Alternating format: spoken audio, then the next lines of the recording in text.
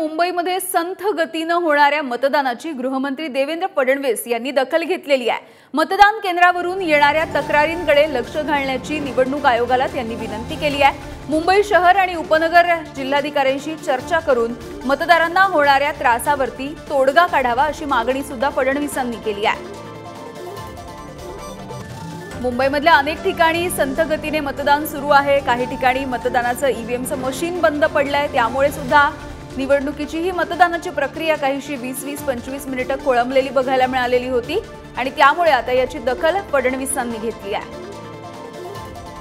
आणि याविषयी बोलूयात, ओम देशमुख आमचे प्रतिनिधी आपल्या सोबत आहेत। ओम, काय नेमकं घडतंय? कारण अनेक ठिकाणी मतदानाची प्रक्रिया अत्यंत संथ गतीने होती आहे, त्यामुळे गृहमंत्र्यांनी याची दखल घेतली आहे।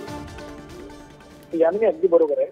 मुंबईतल्या अनेक मतदारसंघांमध्ये अनेक मतदान केंद्रांवरती अशा प्रकारच्या तक्रारी आल्या होत्या, त्यामुळे कुठेतरी मतदानाच्या प्रक्रियेमध्ये अडचण निर्माण झाला। या सगळ्या पार्श्वभूमीवरती राज्याचे उपमुख्यमंत्री आणि गृहमंत्री देवेंद्र फडणवीस यांनी स्वतः निवडणूक आयोगाला याबाबत काही विनंत्या केल्या।